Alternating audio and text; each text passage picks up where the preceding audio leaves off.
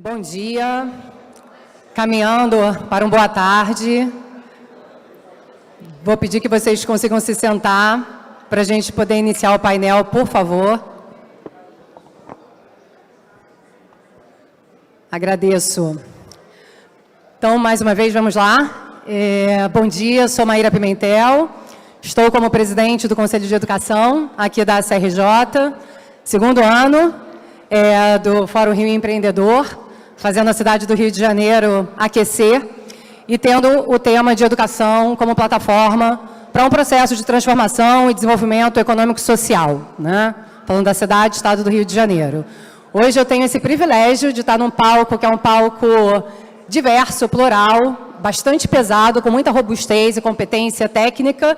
Algumas das pessoas eu já tive a oportunidade de trabalhar e tenho total admiração, e com esse luxo de ter aqui o reitor da PUC-Rio conosco, o Padre Anderson, que vai comediar, né, fazer a comediação desse painel junto comigo. Então, quero dar as boas-vindas e passar a palavra rapidamente para o Padre Anderson, para então a gente começar essa nossa conversa. Bom dia a todos. Obrigado, Maíra, pela apresentação, pela gentileza. Quero agradecer desde já o convite, é um prazer. Primeira vez que eu estou entrando aqui nesse prédio e com toda a história que ele significa, com toda a importância também, né, da associação e o trabalho extraordinário e promissor, eu diria, que vocês estão fazendo, né? Então, assim, é uma alegria, um prazer e também uma responsabilidade, porque, como já foi dito, nós estamos aqui com convidados extraordinários, com muita experiência e certamente que vão nos ajudar a refletir sobre o tema. E a educação, eu não preciso dizer, sou reitor da PUC, né? Eu digo que a minha profissão de fé, existe a profissão de fé religiosa, mas a profissão de fé também, vamos dizer assim, compartilhada, que é creio na educação, eu creio. Então, e haja fé, isso aí. Então é isso, muito obrigado, vamos compartilhar aqui uns momentos de reflexão, tenho certeza que serão extraordinários. Obrigado. Então, comecemos. A gente fez um combinado há pouco, que vamos nos dividir aqui nessa mediação. E eu vou fazer a primeira pergunta para a Cláudia Costin, que é uma pergunta guia e inspiradora para esse tema extremamente relevante e urgente. No painel anterior se falou muito sobre talentos, né? Sobre as pessoas que fazem a diferença e que fazem os negócios acontecerem. Eu, há anos, brinco, né, que todo CNPJ ele é composto de vários CPFs. Então, se a gente não investe no desenvolvimento, né, dessas pessoas e desses talentos, e falando do Rio de Janeiro com todas as suas vulnerabilidades, e especialmente falando, né, dos milhares de jovens que hoje a gente tem no Brasil, e aí quando a gente fala, inclusive, do recorte de desemprego, a gente tem o dobro da média nacional quando a gente fala de jovens de 18 a 24 anos, se não me engano. Então, minha pergunta vai para a Cláudia, com quem eu já tive o privilégio de trabalhar. Eu tenho uma cola aqui, grande administradora pública. Cláudia, minha pergunta guia para você, né? Considerando a tua vasta experiência como educadora na área de educação e administração pública, como você enxerga hoje o papel das políticas públicas na preparação dos profissionais, levando em consideração a discussão sobre o futuro do trabalho, e especialmente em termos de educação básica, formação técnica? Bom. É uma pergunta simples, eu prometo que em 3 horas eu consigo adiantar o tema. Eu faço uma introdução. Não, mas tentando falar num período de 10 minutos, digamos assim, vamos lá. Eu trabalhei durante 18 meses, um grupo trabalhou lá em Genebra, discutindo o que vai acontecer com o futuro do trabalho.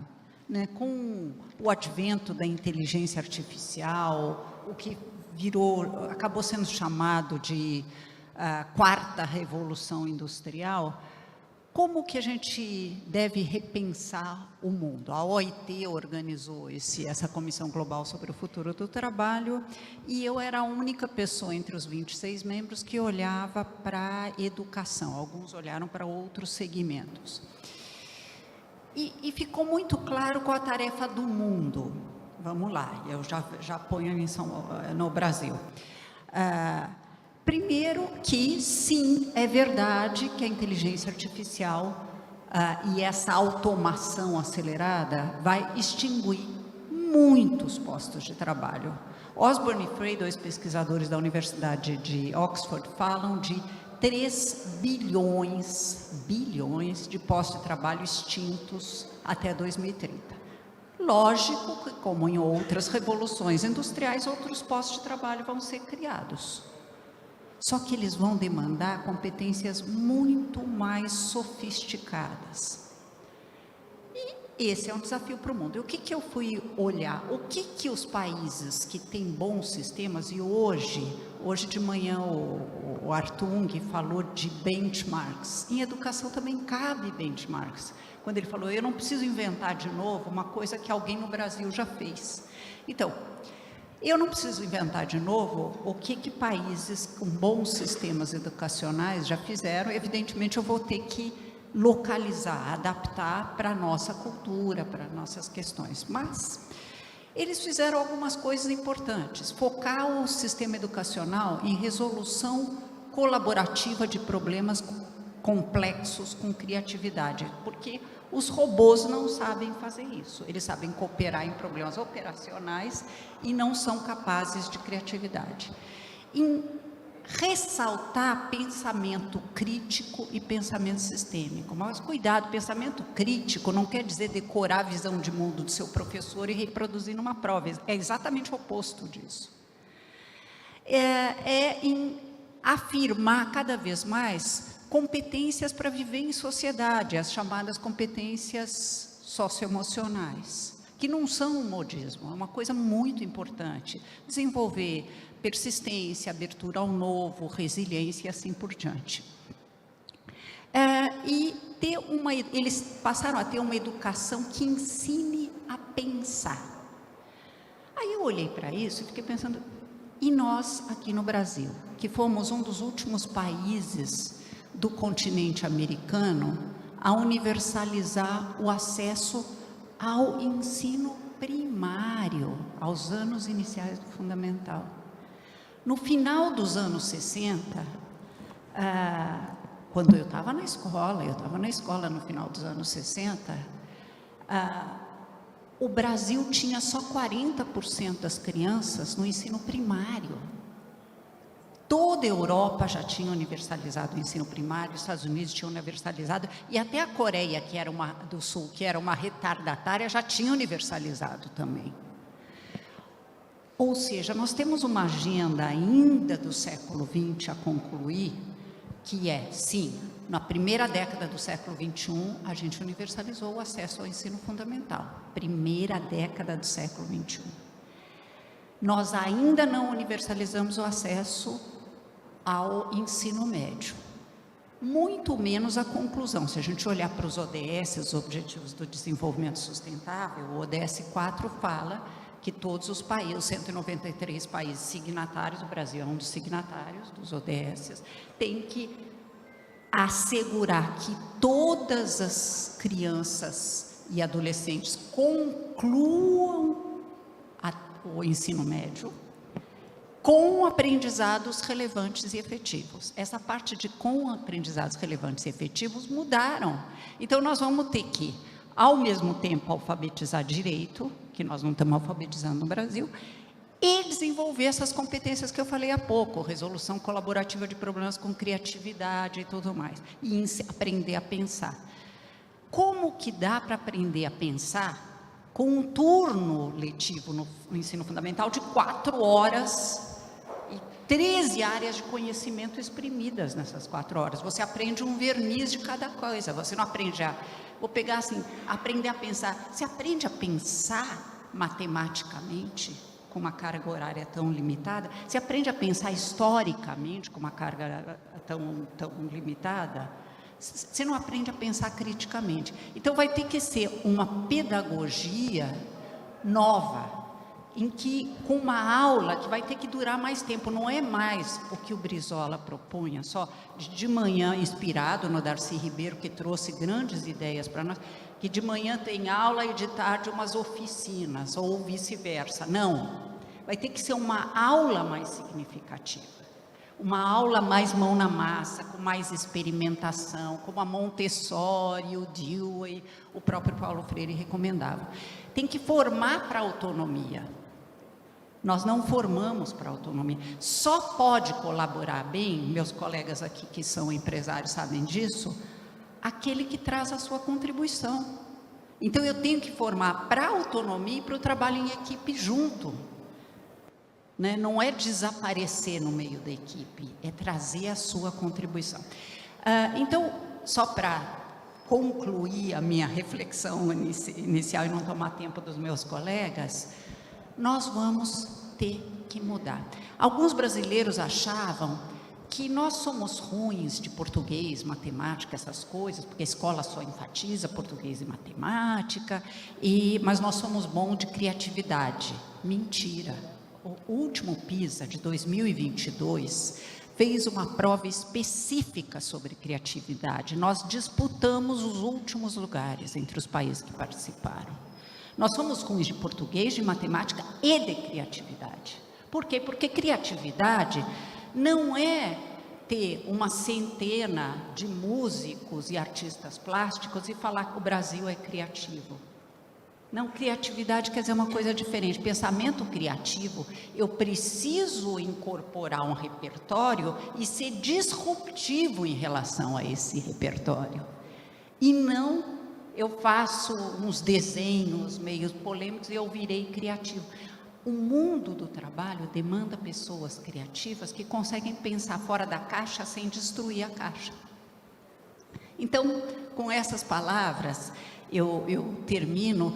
Eu ia falar uma coisa só mais. Posso mais 2 minutinhos? A questão do ensino técnico e profissional. O Brasil, de fato, não dava atenção ao ensino técnico e profissional, porque ele era considerado um ensino para quem não dá certo para a universidade, porque a ambição deveria ser ir para a universidade. E isso deveria ser para a elite ou para aqueles alunos brilhantes da escola pública. As coisas foram mudando, e também essa ruptura entre ensino básico e ensino superior também se rompeu. Você pode sim fazer ensino técnico profissional e depois fazer a universidade. Por quê? Quem veio com uma solução muito interessante, só para fechar eu falo disso, para isso, foi a Coreia do Sul. Eles criaram as chamadas Master High Schools, no Silicon Valley deles, numa área em que eles formam para essa nova economia, para as tecnologias mais avançadas. E se o aluno fizer os 4 anos que dura o ensino técnico e depois ficasse 3 anos trabalhando como técnico nessa área, ele pode entrar sem o temido vestibular coreano para a engenharia correspondente, que é uma ideia muito interessante, porque sabe quem vai para as melhores escolas técnicas, institutos técnicos federais de nível médio, ou para Paula Souza em São Paulo, ou para a FAETEC aqui? Os melhores alunos de escolas públicas que querem entrar para a faculdade e não tem dinheiro para pagar cursinho. Então, não é alguém que necessariamente queira fazer ensino técnico e profissional. Várias pesquisas mostram isso. Nós temos que inverter. É um curso de tecnologia em mecatrônica. Nós precisamos de técnicos em mecatrônica. Tem alta empregabilidade. Mas nós não precisamos que faça curso técnico de mecatrônica o aluno que está louco para fazer ciências sociais na UFRJ, mas não tem dinheiro para fazer cursinho. Nós temos que ter um bom ensino médio regular e um bom ensino médio técnico para formar técnicos que eventualmente no futuro queiram continuar a sua escolaridade. É isso que eu queria trazer para a reflexão. Bom, obrigado, Cláudia. Você tocou em vários assuntos importantes. Primeiro, essa questão da empregabilidade, o futuro do trabalho, né? Como é que vai ser isso? Então, e também nesse contexto de inteligência artificial, né? Quando a inteligência artificial chegou, esse tema na universidade, a primeira preocupação dos professores era um pouco que os alunos vão copiar coisa. e a gente está fazendo um trabalho para fazer entender que a inteligência artificial vai dar as melhores respostas, mas fica ao ser humano fazer as melhores perguntas, né? Então a capacidade humana não vai se colocar por aí. Eu acho que a Cláudia comentou algo assim. E nesse sentido, eu passo para o Kiko Campos, né? Então, que grande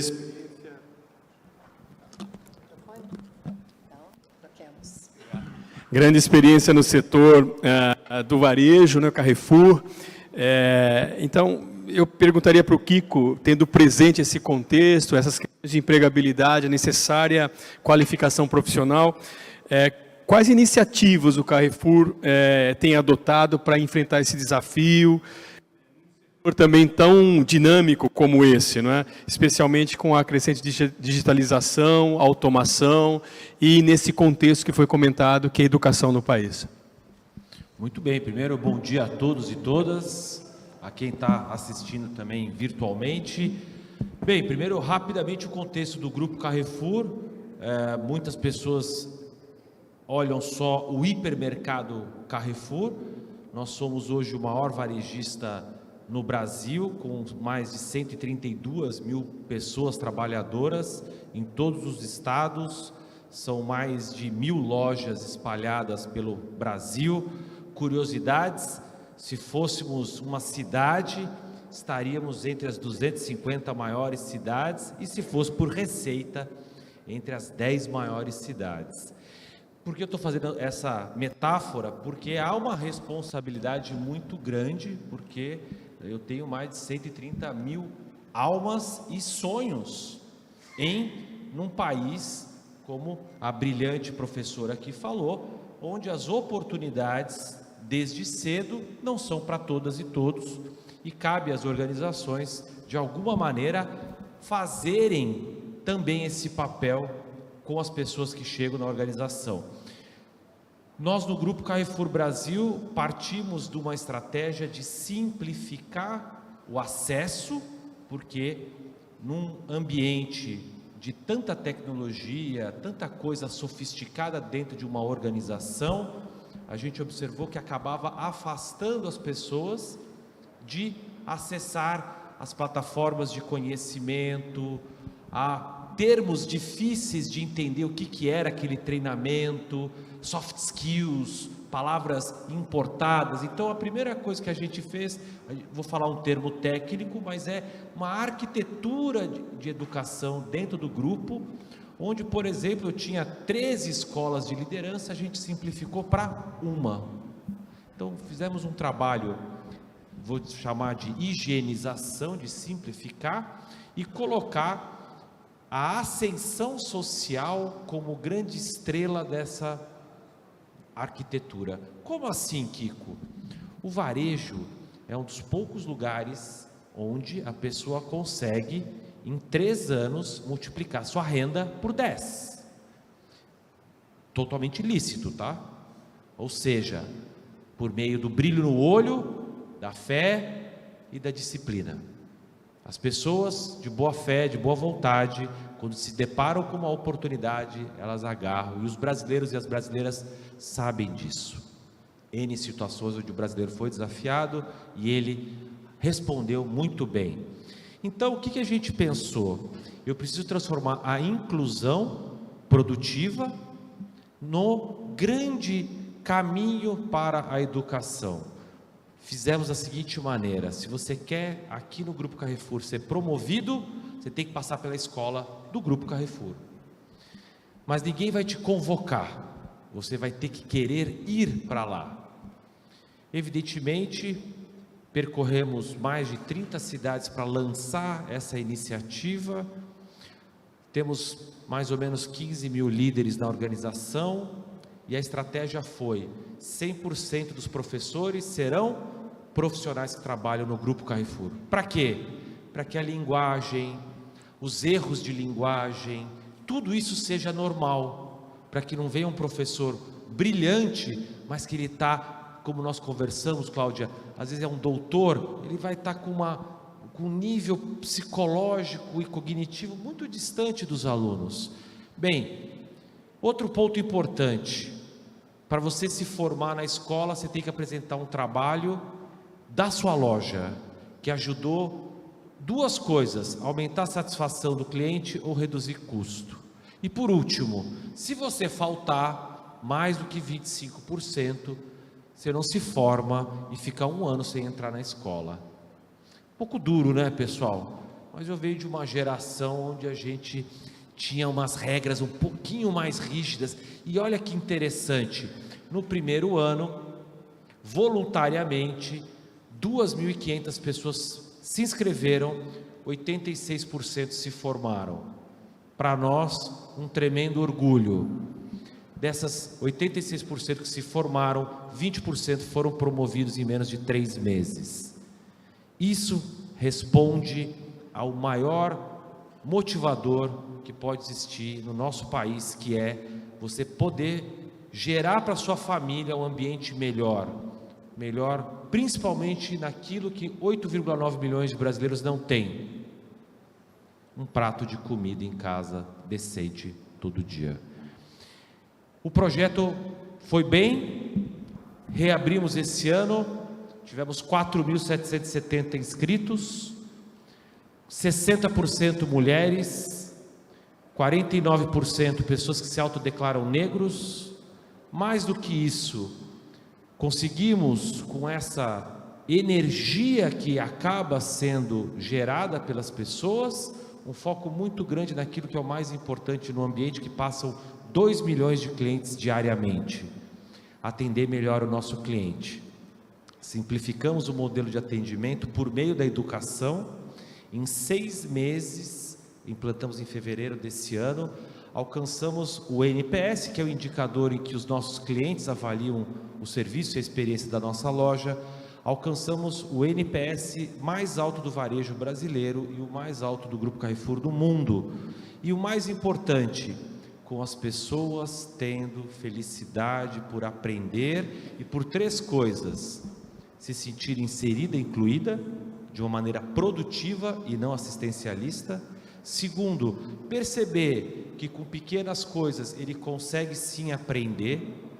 E por último, ele consegue trazer para aquilo que é o mais importante depois da saúde, que é a família, uma condição de evolução. Então, padre, acredito muito em que as organizações que estão genuinamente olhando e tirando essa nuvem, né, que a inteligência artificial é o novo bicho-papão, e fazendo genuinamente que essa tecnologia possa trazer mais pessoas para esse jogo. Quanto mais gente tiver lá, e detalhe, né, num negócio que contrata milhares de pessoas todo dia, a gente reduziu quase em 30% o tal do turnover, que é um baita negócio difícil para nós no varejo. É isso, padre. Obrigado. Olha, Kiko, a gente teve chances de conversar um pouquinho ali sobre outras estratégias, né, e aprendizagens que vocês tiveram nessa jornada. E é interessante você falar sobre a questão do turnover, porque isso se conecta à pergunta que eu quero fazer para o Paulo. Paulo, hoje, ele é o presidente da Associação Brasileira de Recursos Humanos, tem uma experiência ampla, vasta, e, né, uma perspectiva de olhar em relação à parte de recursos humanos, desde a atração de talentos, né, a desenvolvimento e toda a discussão e desafio que a gente tem de lifelong learning.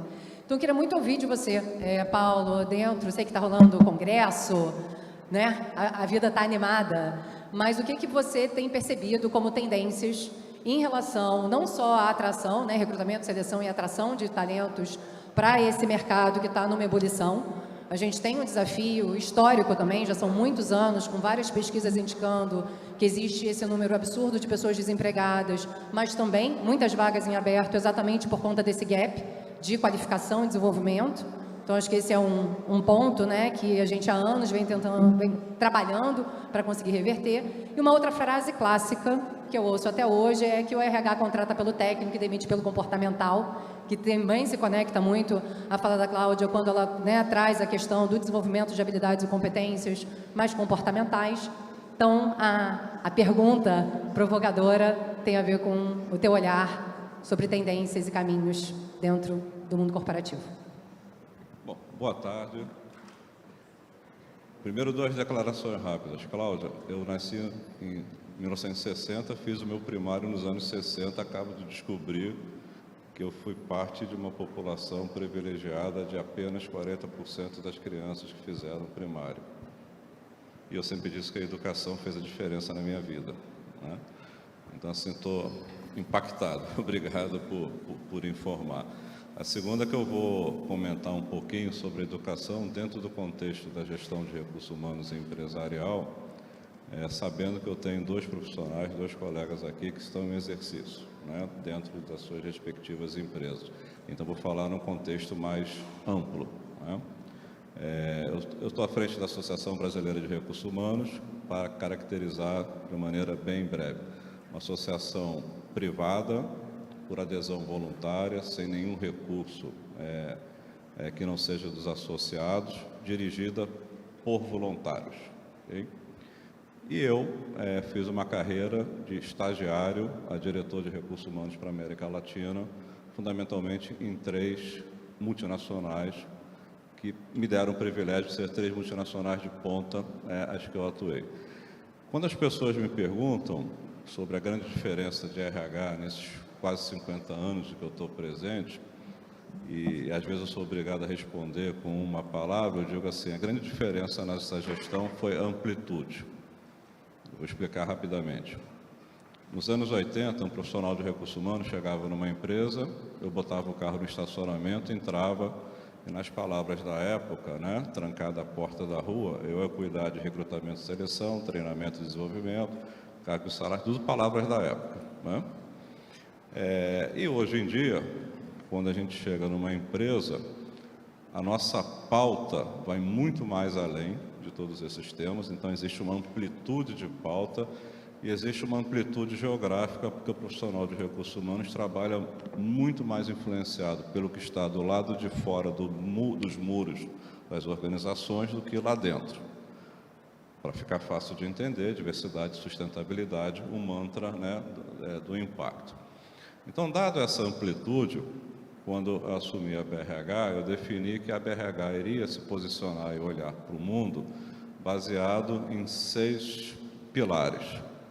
Eu não vou ficar comentando todos, mas rapidamente. Os 2 primeiros pilares, educação e saúde, como sendo o que antecede ao mundo do trabalho e faz uma profunda diferença na vida do indivíduo. Então, alguém nasce, o primeiro pilar que nós desprezamos, porque não é ao alcance da BRH, é a família, e depois educação e saúde como sendo o que vai determinar a vida do indivíduo.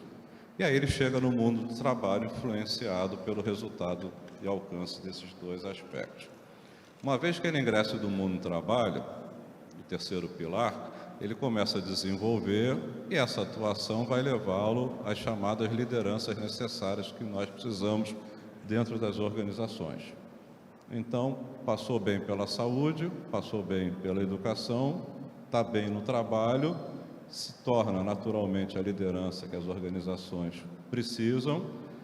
Essa liderança vai influenciar a produtividade das organizações e o conjunto de organizações produtivas faz a competitividade do país. E aí a BRH está olhando do indivíduo à nação, passando pelas organizações, com uma amplitude de um número muito maior de temas e com uma amplitude muito maior geográfica, porque deixa de olhar simplesmente.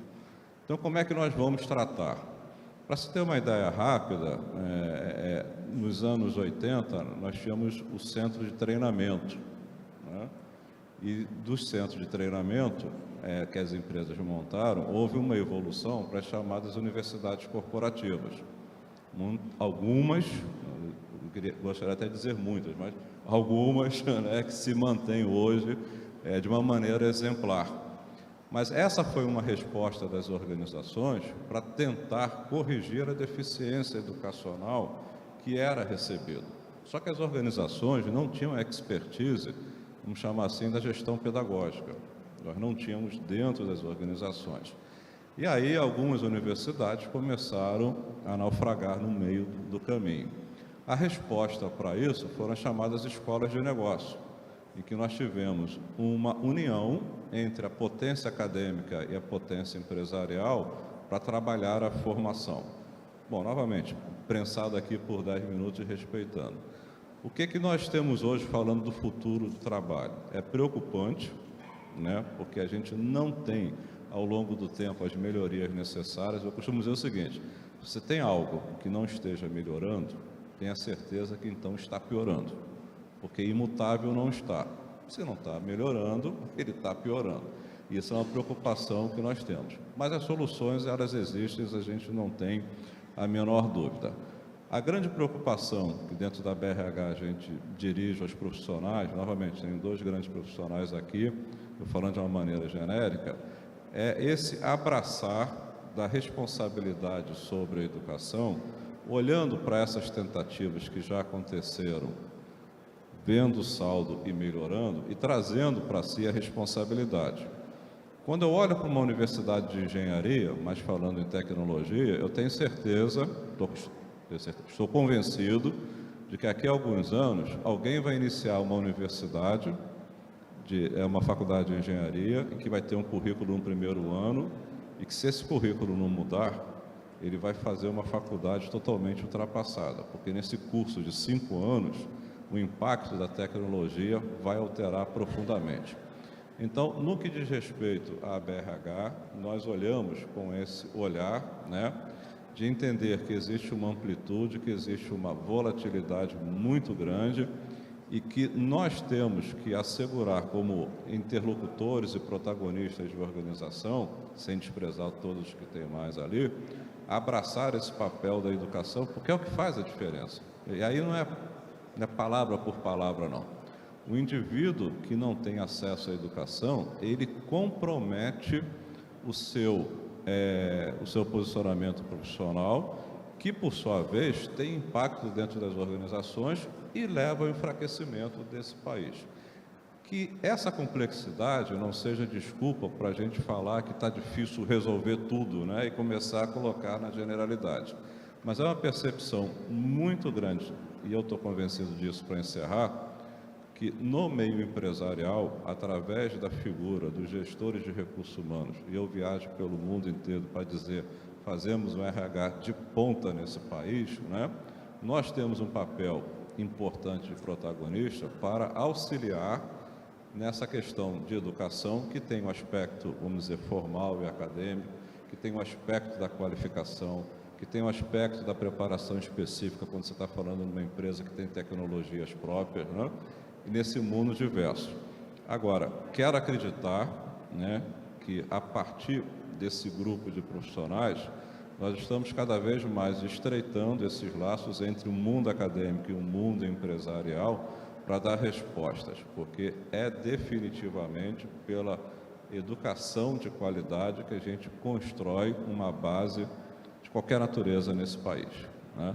Então, assim, desculpe se eu fui rápido, mas querendo respeitar os 10 minutos, obrigado, fico à disposição. Obrigado.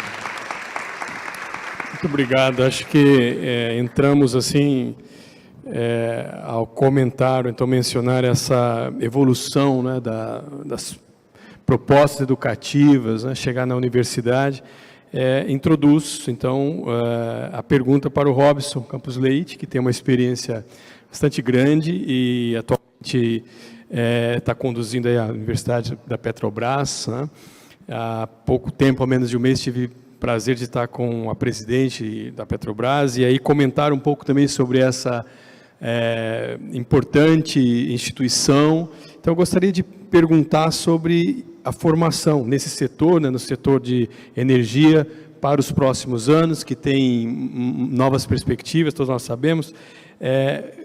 A minha pergunta é sobre a formação dos profissionais, né, que são altamente qualificados, especializados, né? Como é que você vê a evolução das competências? O que é necessário? Como é a experiência da Universidade da Petrobras nessa questão?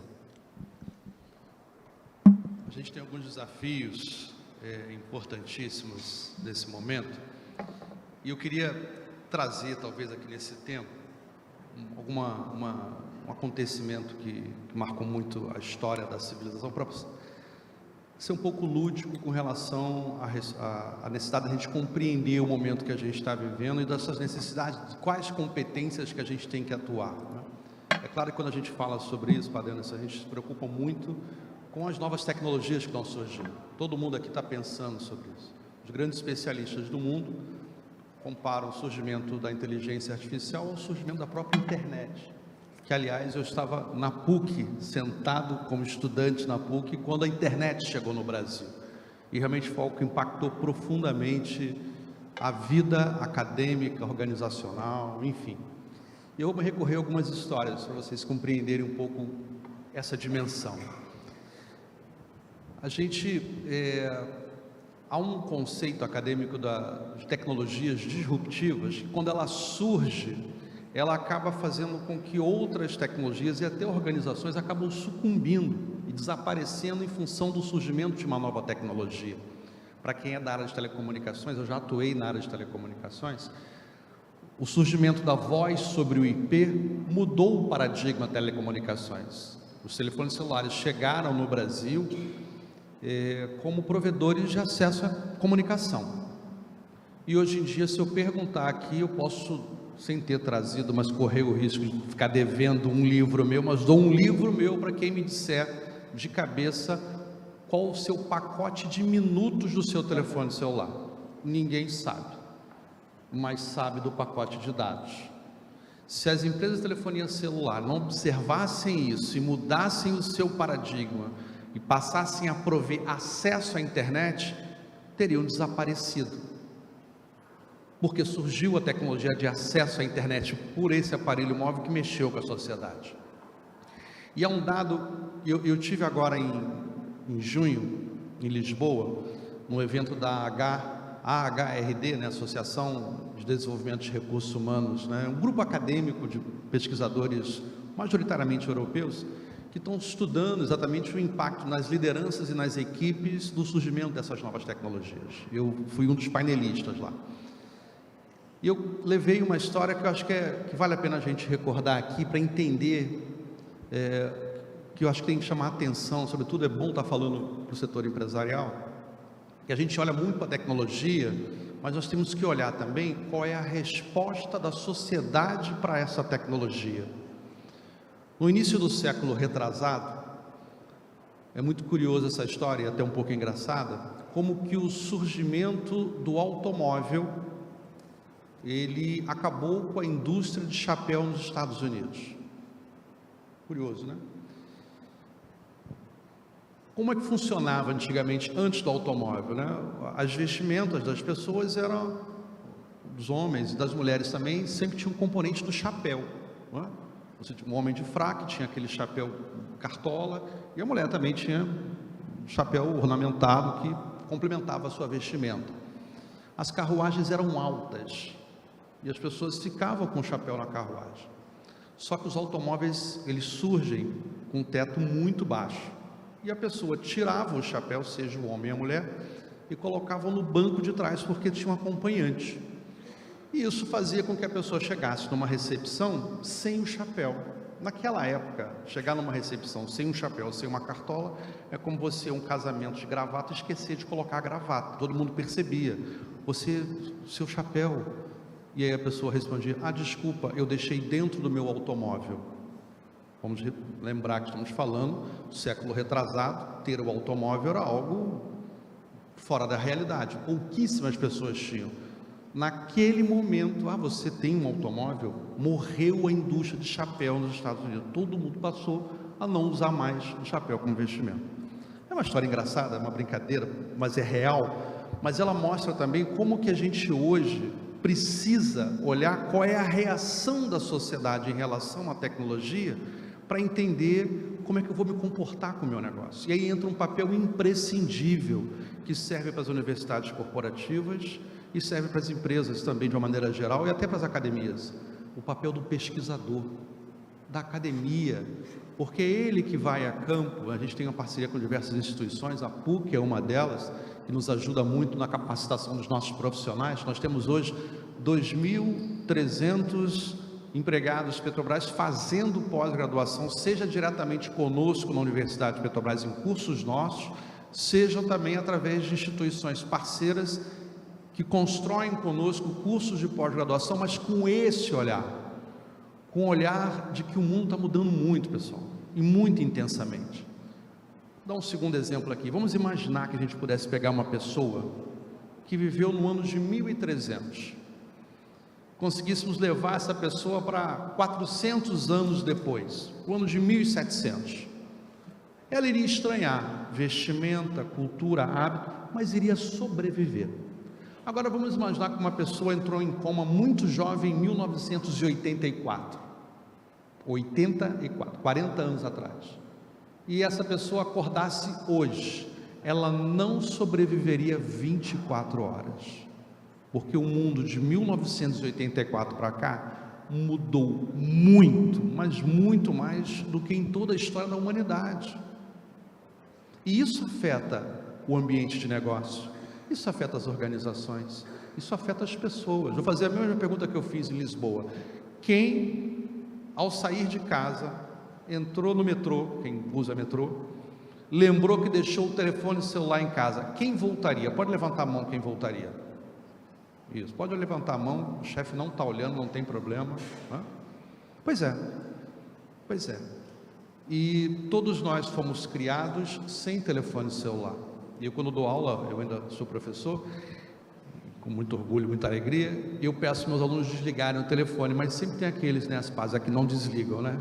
As pazes é uma professora da FRJ, uma querida amiga também, não está me conhecendo que eu estou de barba, mas, assim, estou brincando com você. E eu peço para eles desligarem o telefone, mas sempre tem uns que nos desligam.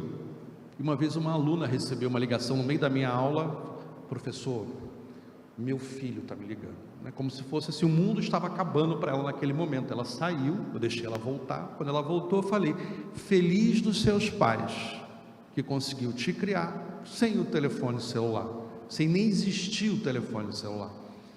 Mas isso mostra um pouco o quanto que essa tecnologia hoje, ela entrou nas nossas vidas, e isso afeta o ambiente das organizações.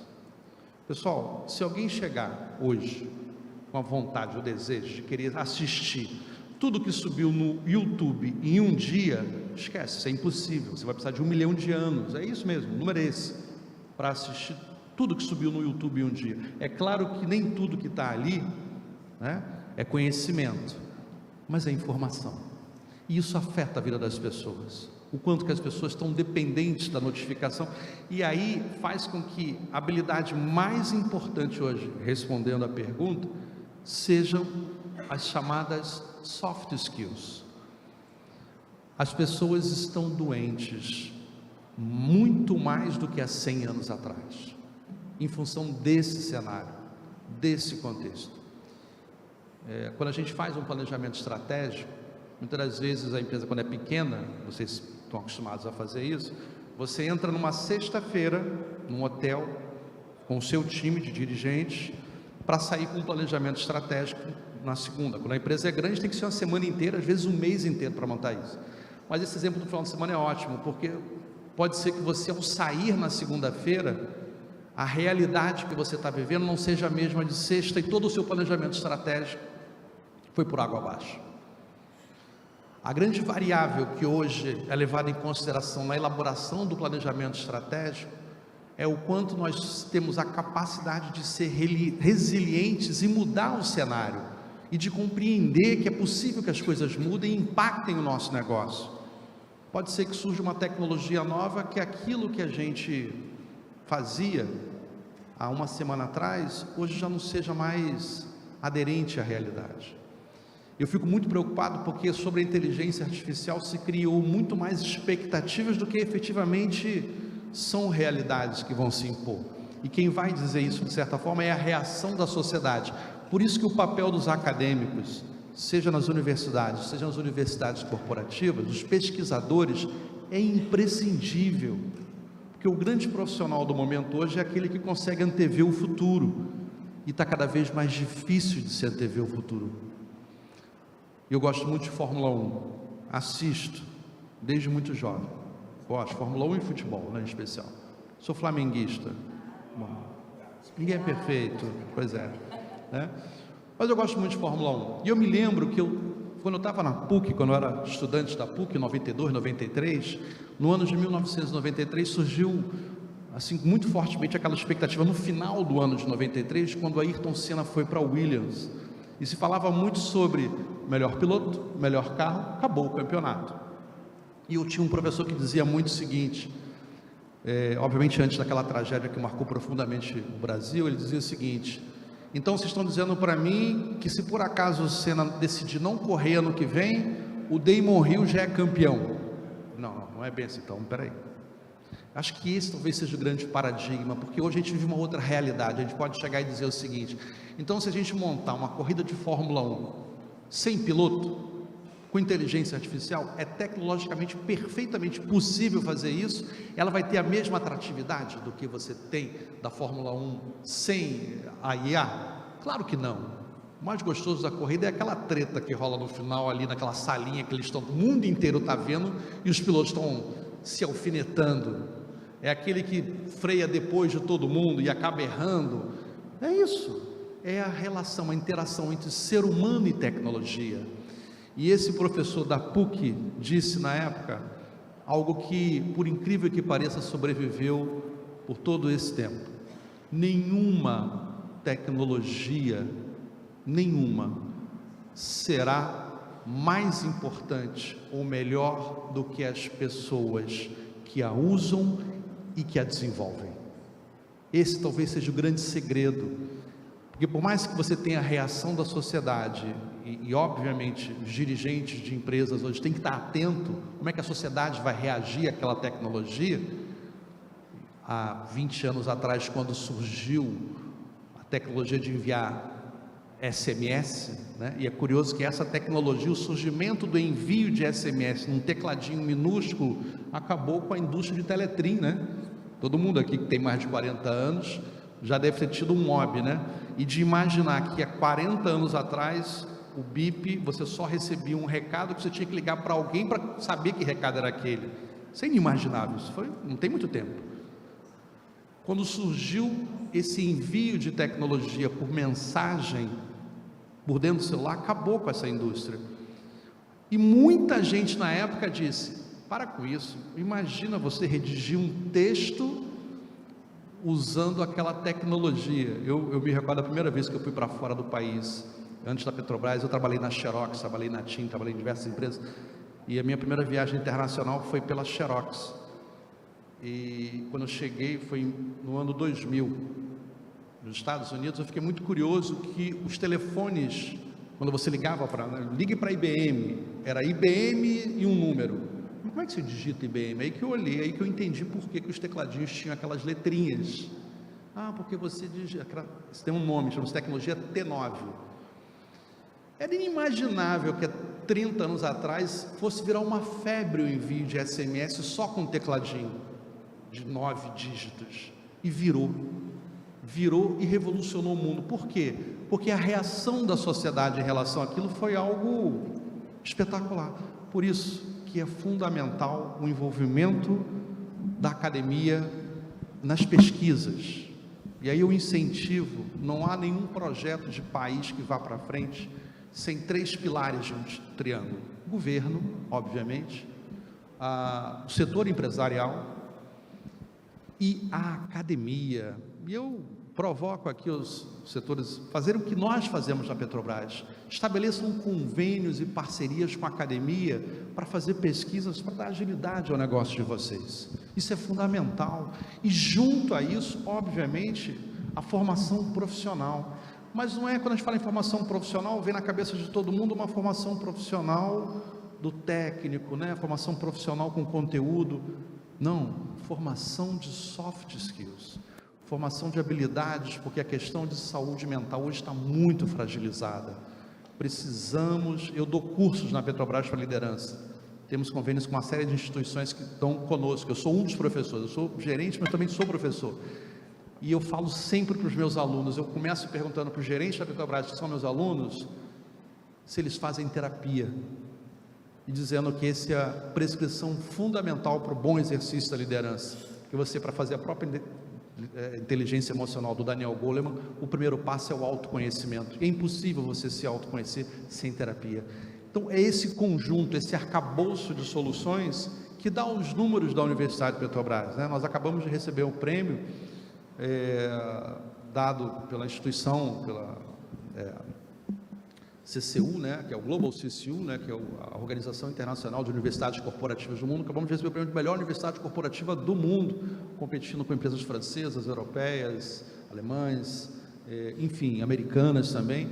E muito nos orgulha esse número, mas o nosso segredo é o investimento na questão do ser humano, das pessoas, técnico, científico, mas acima de tudo, nas questões ligadas à saúde mental. Robson, muito obrigada. Eu não vou resistir, mas você ativou um gatilho em mim muito grande, é uma intimidade. Eu também vim da indústria de internet e telecom. Eu tenho 48 anos, eu nasci em 76. E, na verdade, eu tive alguns gatilhos aqui.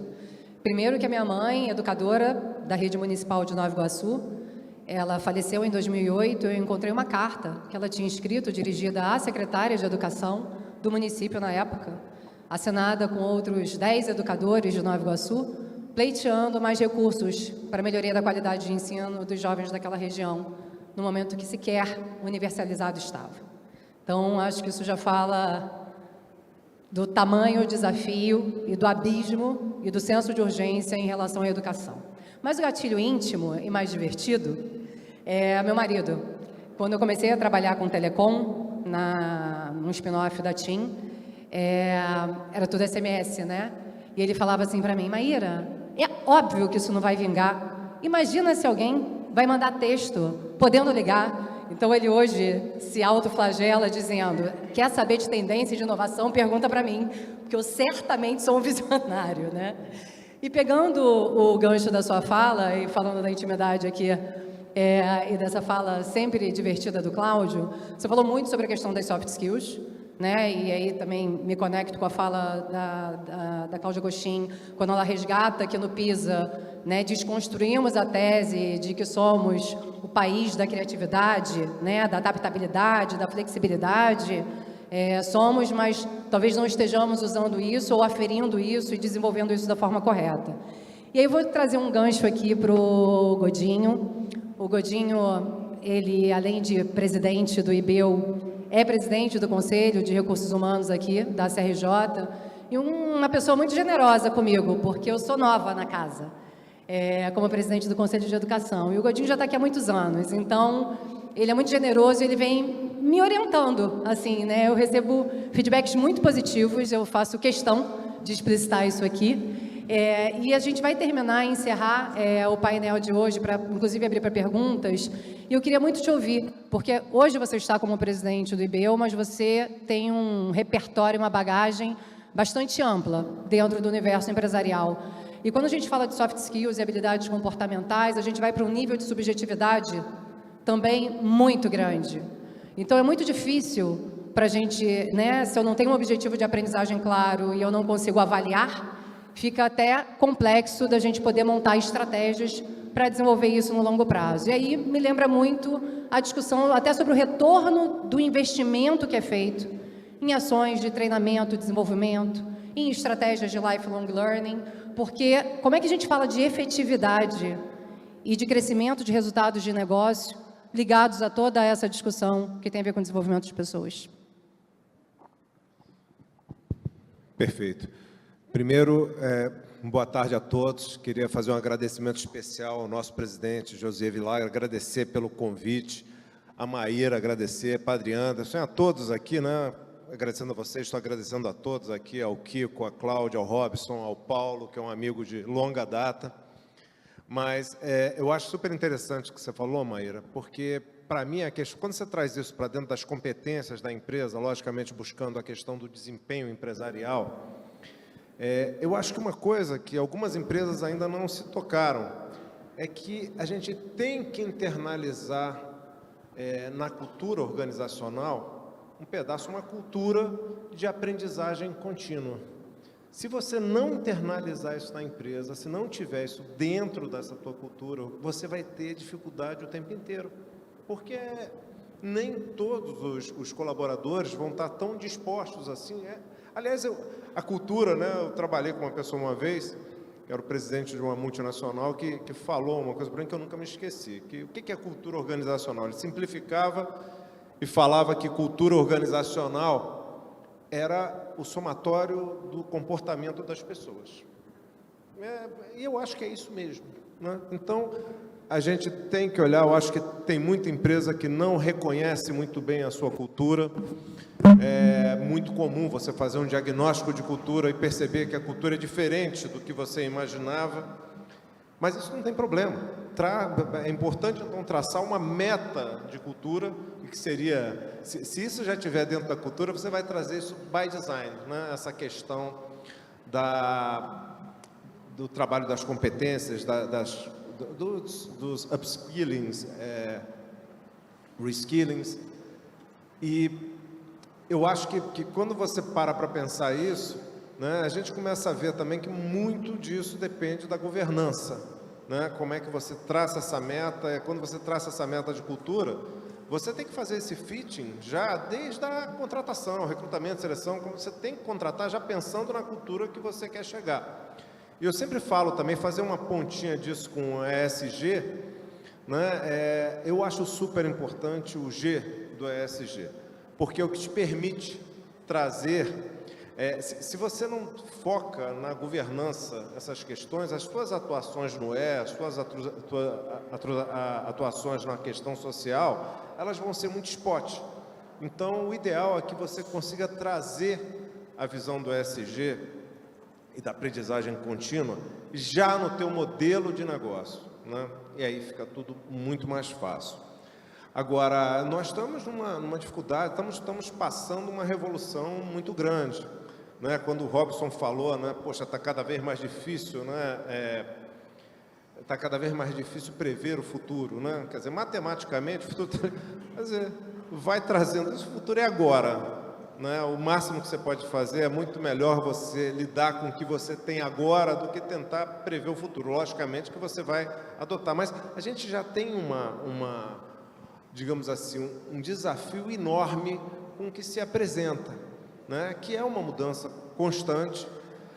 Lidar com mudança é difícil, tem até cursos de Harvard que fala de imunidade à mudança, mas não é imunidade à mudança, é imunidade à reação que você possa ter à mudança.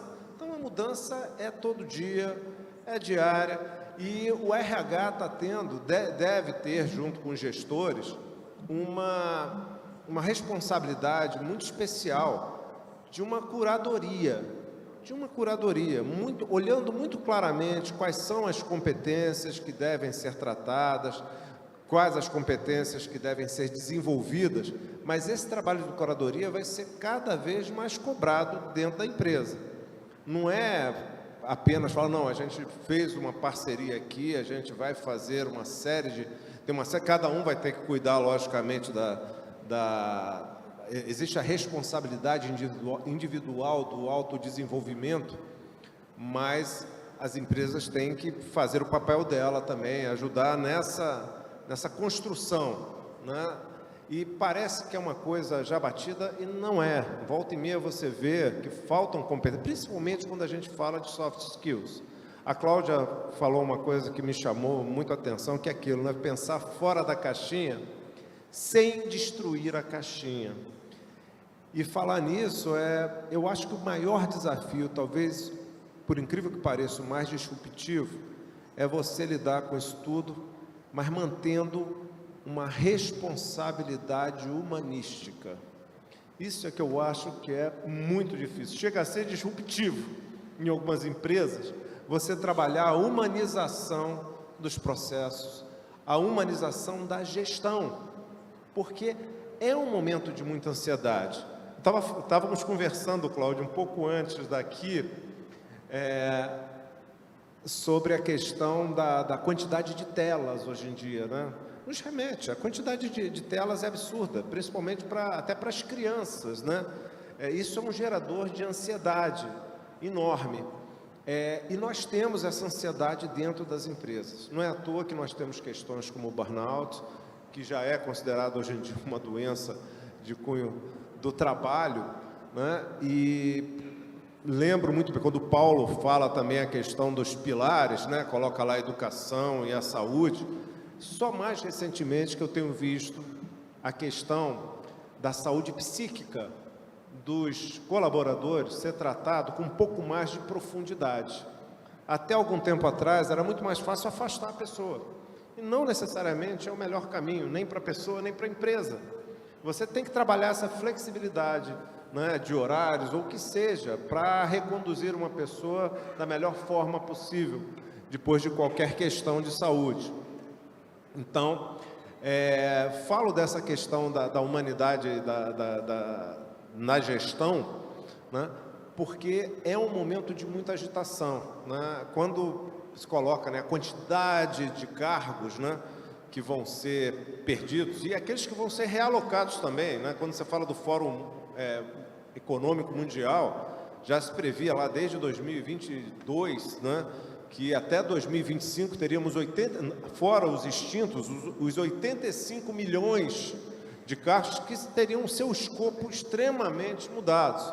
Mas, ao mesmo tempo, também ela alertava, mas, poxa, 80, mas tem pelo menos 90 e tantos milhões de empregos aí que vão ser criados nesta nova realidade.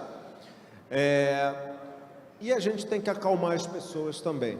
Não é incomum as pessoas olharem, inclusive na área de educação, né, que, poxa, eu conheço professores que já fizeram essa pergunta claramente. Eu acho que eu vou acabar sendo substituído pela inteligência artificial.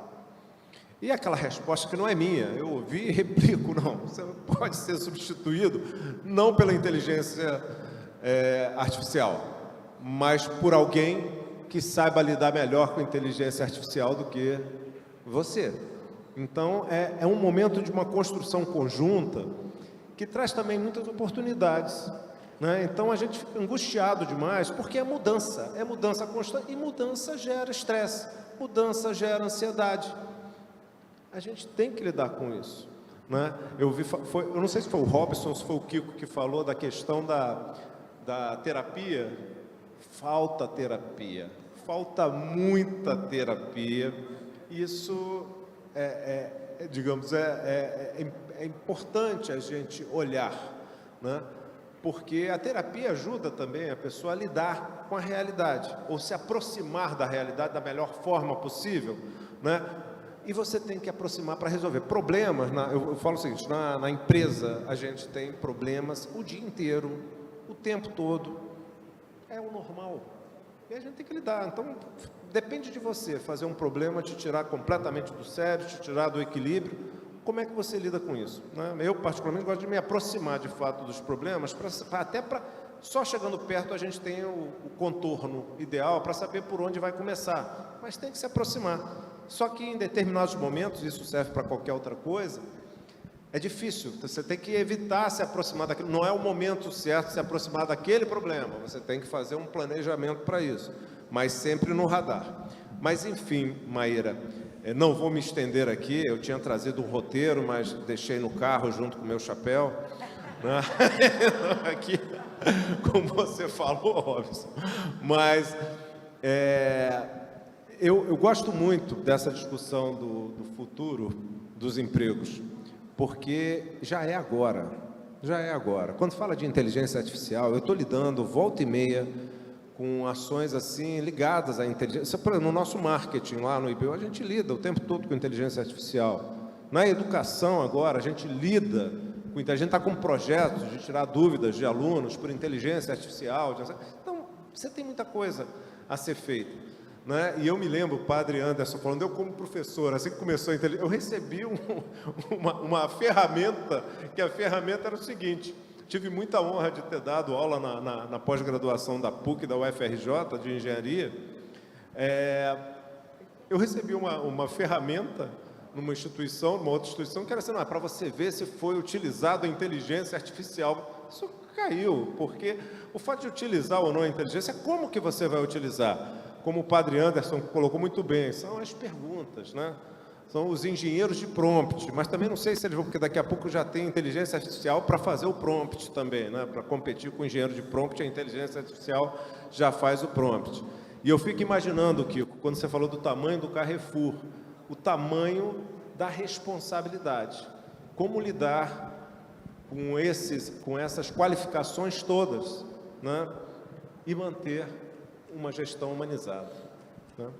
Então, gente, meu recado era esse. Eu acho que a gente tem que trabalhar muito na cultura organizacional para chegar onde a gente quer e, ao mesmo tempo, manter a sensibilidade, porque não tem nada de excludente com tecnologia e desempenho.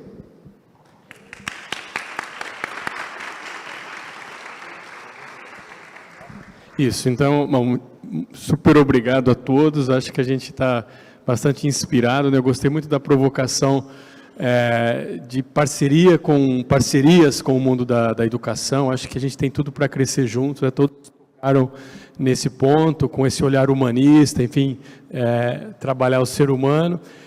Agora eu queria aproveitar perguntas da plateia e já temos uma primeira, por favor.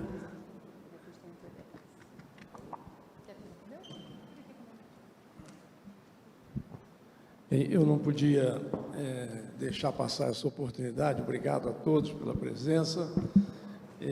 Como presidente da Associação Comercial, eu queria deixar uma pergunta e, ao mesmo tempo, talvez uma orientação de como é que nós devamos agir. No Brasil, nós temos cerca de 100 mil ônibus circulando diariamente. Nós temos, provavelmente, a última levantamento que eu tinha feito no cadastro de contribuintes, 4 milhões de mercados e supermercados.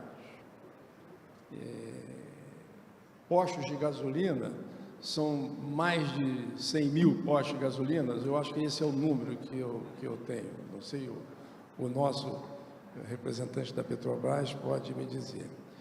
Qual é o destino que as empresas líderes do setor, como Carrefour, como Petrobras, pensam que devam ser dados aos trocadores de ônibus, aos frentistas que trabalham nos postos de gasolina e aos caixas de supermercado, cujas profissões estão absolutamente em extinção?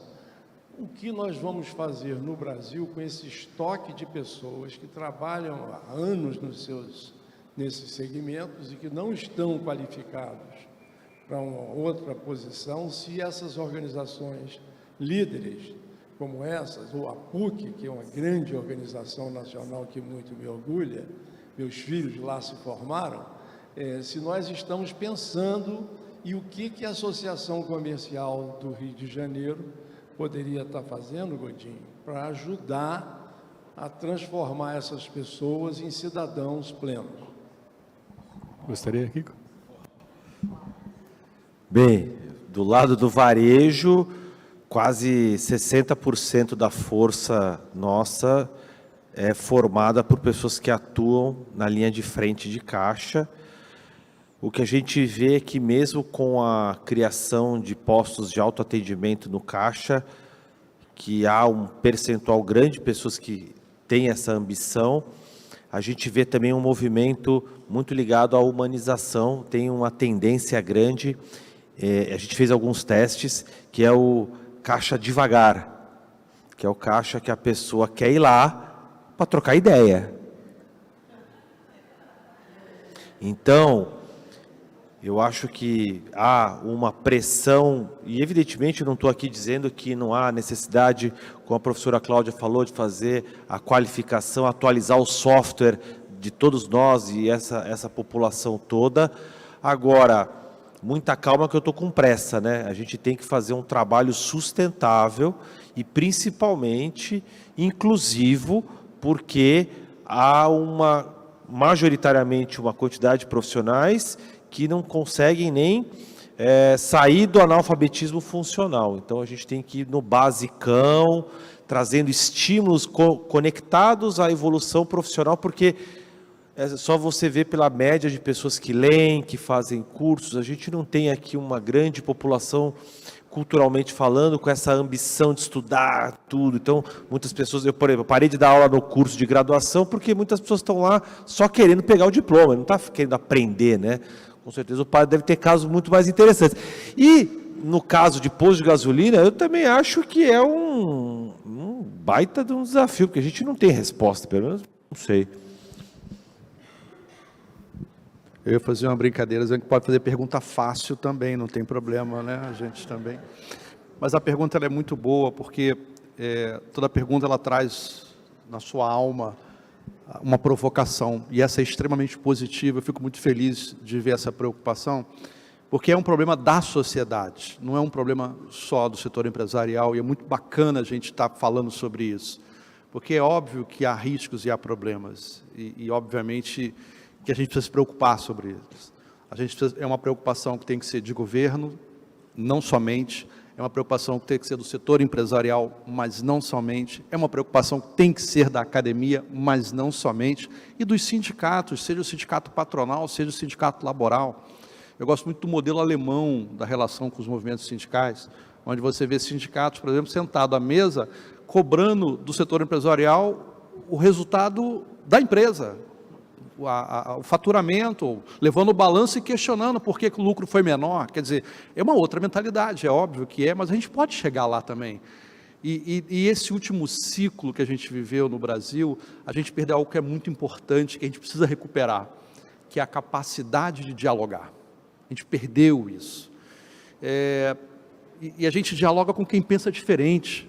Se alguém chegar e falar assim, não, eu vou fazer um diálogo com meu marido, um diálogo com a minha esposa, é porque o relacionamento não está bom, né? Você não faz diálogo com ela, você conversa com ela, né? Enfim. Então, o diálogo é a essência da construção política, com P maiúsculo, de uma sociedade. É com diferente que a gente dialoga. E as perguntas são provocativas no sentido de a gente pensar em saídas e soluções que envolvam todo mundo.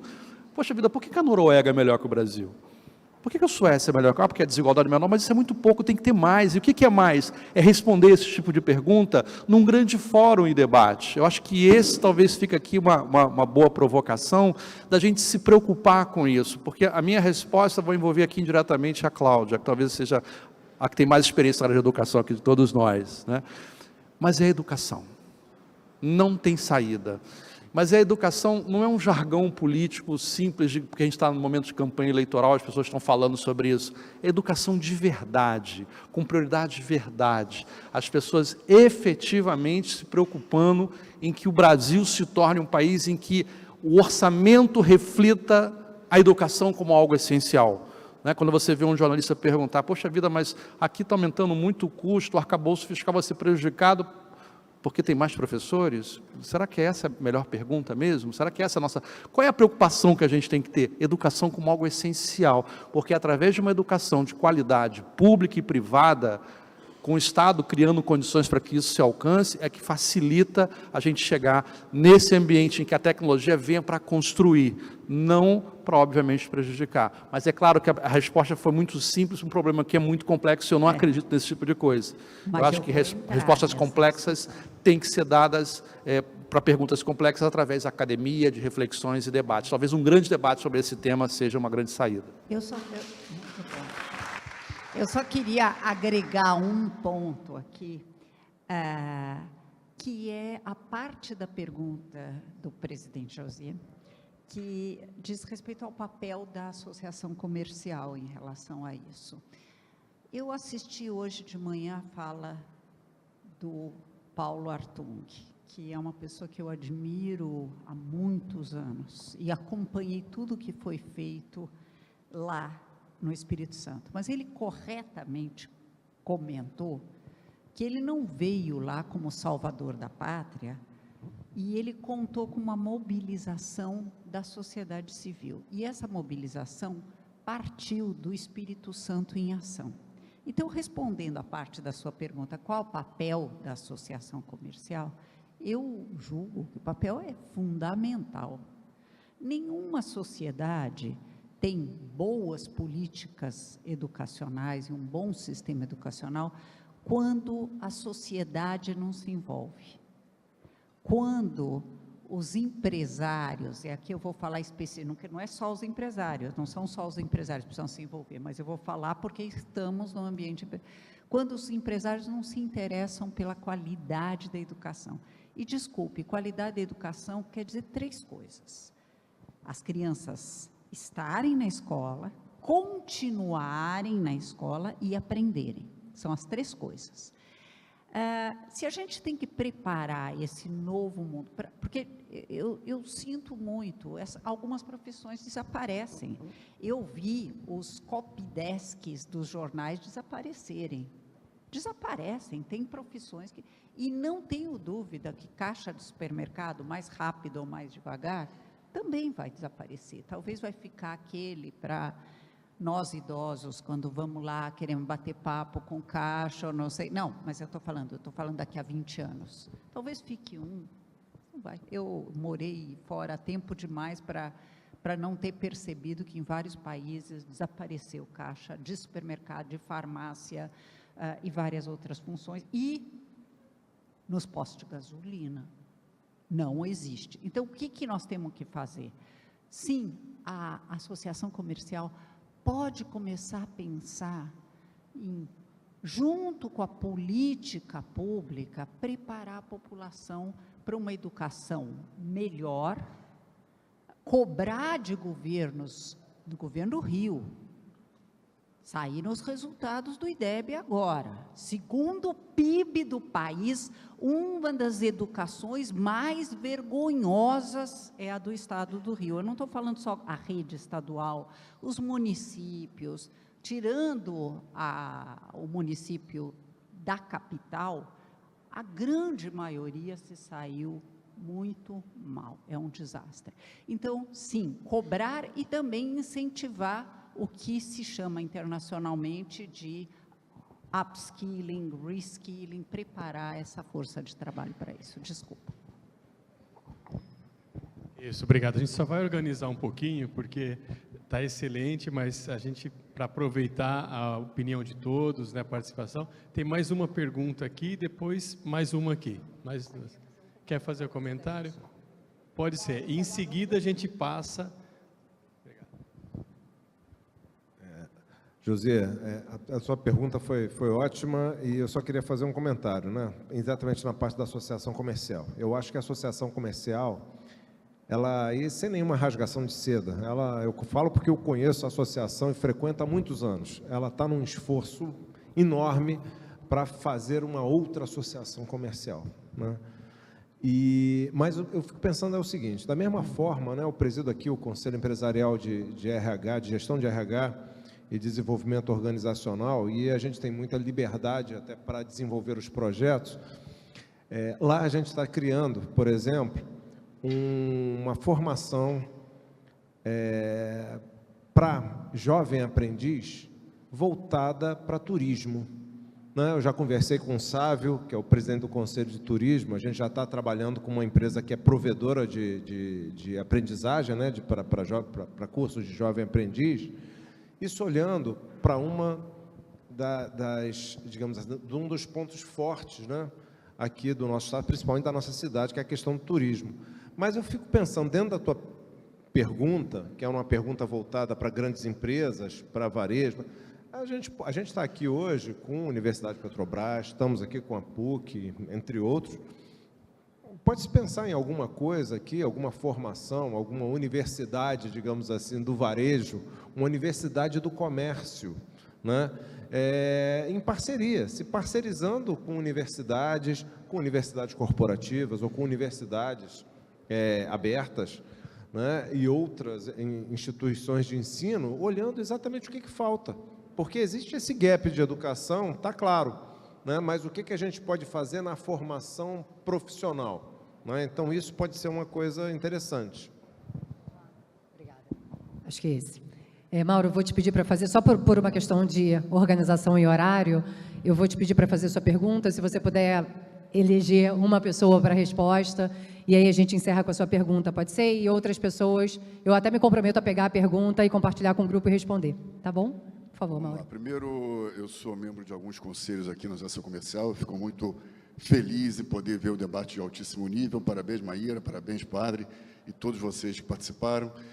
Robson, eu vou fazer uma pergunta muito fácil, tá? Então fica super tranquilo. A gente fala muito do envelhecimento populacional. Não é uma tendência, mas é uma mega tendência global. E a gente vivia antes até os 50, 60 anos, hoje a gente vai viver até os 100 anos. Então, há, primeiro, um grande desafio em relação a isso. Segundo, o número de idosos no Brasil, eu estou falando de 60 a mais, vai ser cerca de 40% da população dentro de alguns anos. Eu tenho uma pergunta para quem quiser responder, não estou elegendo ninguém, como será o futuro dos empregos e os desafios da qualificação profissional para essa faixa etária que vai viver mais 40 anos?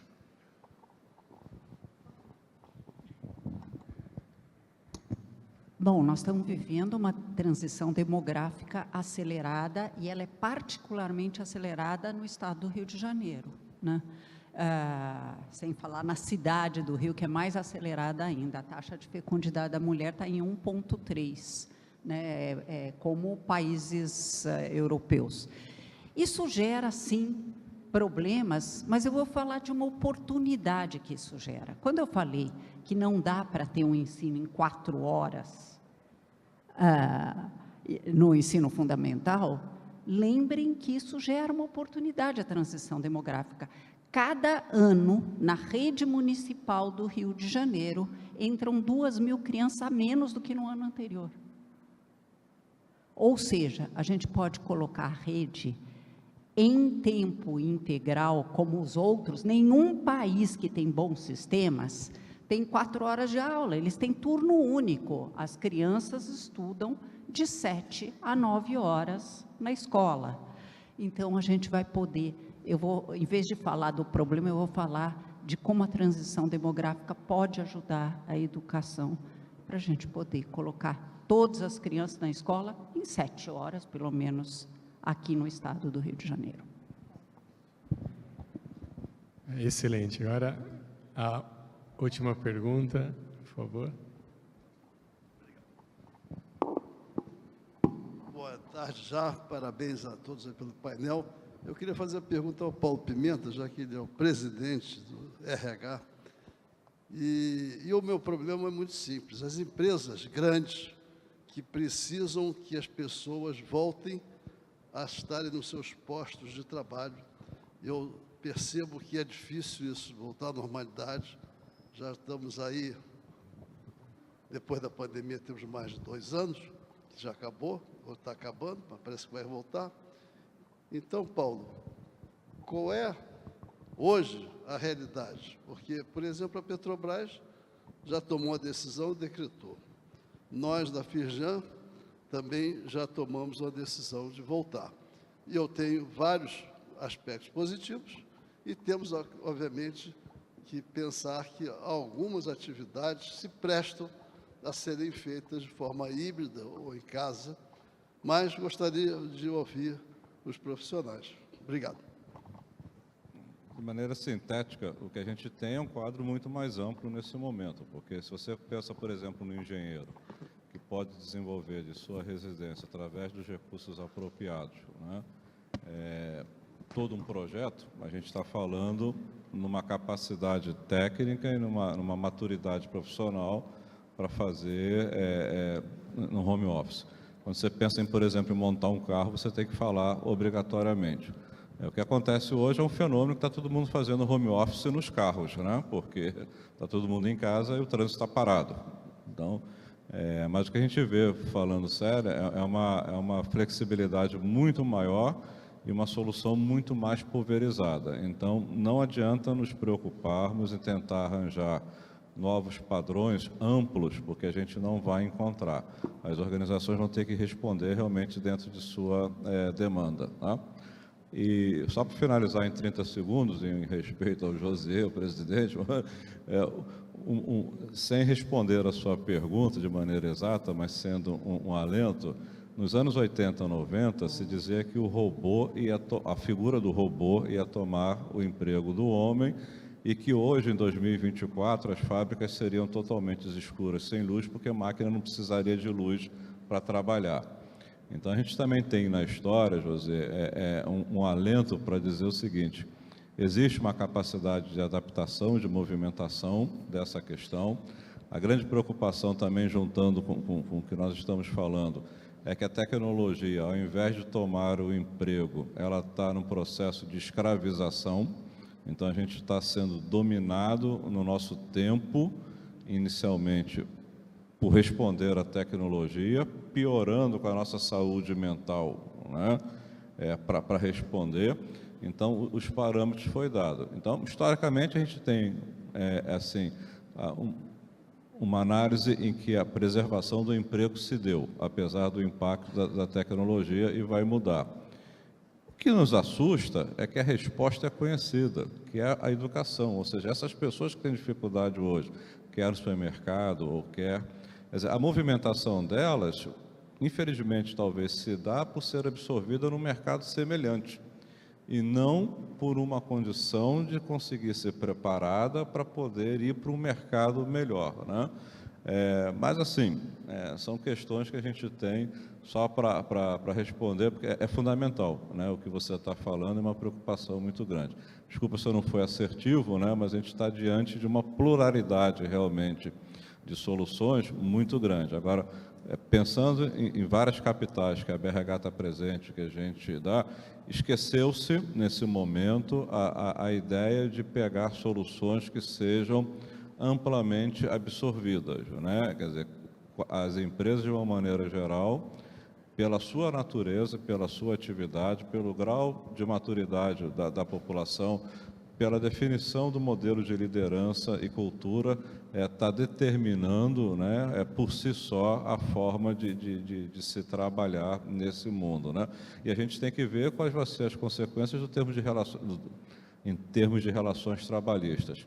Ainda, por incrível que pareça, está um pouco cedo para a gente entender todos os desdobramentos de uma crise que durou mais de 2 anos e que, não esqueçam, tem impacto que ainda vai ter mais 2, 3 anos na nossa percepção. Okay? Obrigado. Isso, muito obrigado. Acho que para a gente encerrar, pode aplaudir. Queria agradecer, acho que tem uma convergência grande aqui de colaboração e falamos muito em educação, né? Como se só, né, até um pouco respondendo ao presidente, vocês precisassem de nós. É o contrário, nós também precisamos da provocação, né, de vocês, da experiência de vocês. A relação é horizontal e nós precisamos, claro, acho que é convergência aqui, construir uma cidade mais forte, políticas públicas mais fortes, mas o setor privado tem um papel fundamental no Rio de Janeiro. Então, eu queria também aproveitar para colocar à disposição, né, o ensino superior, a PUC, tenho certeza que as outras universidades, a gente precisa dessa relação mais estreita. Então, super bem-vindos e nos ajudem também a compreender, né, a necessidade, o mundo de vocês, porque é o mesmo mundo, na verdade, né? E a gente pode se ajudar muito. Tá? Muito obrigado pela oportunidade, vou passar e a Maíra conclui. Maravilha. Então, muito obrigada mais uma vez a todos por terem ficado conosco. Presidente Josias, eu quero de verdade agradecer pela oportunidade. Eu acho que a gente sai daqui com um compromisso de desdobrar esse painel em ações que sejam recorrentes e relevantes para a cidade do Rio. Temos esse mandato pela frente para fazermos isso juntos. Godinho e eu, a gente já tem conversado intencionalmente sobre aproximar e conectar mais o Conselho de Educação com o Conselho de Recursos Humanos, e acho que esta plataforma, esse eixo temático, vocês já estão convocados, não fugirão, já estão no meu WhatsApp, preparem-se, para que a gente, de fato, desdobre isso, seja como advocacy, seja como ações objetivas, como essa vertente ligada à formação e qualificação para o turismo. Então, educação é um problema complexo, ele é um problema de todos, não é apenas um problema dos educadores, ele é uma questão de nação, não é um problema, é uma oportunidade, e é uma oportunidade de nação. Então, muito obrigada por terem ficado conosco até aqui. Saúde e vida longa!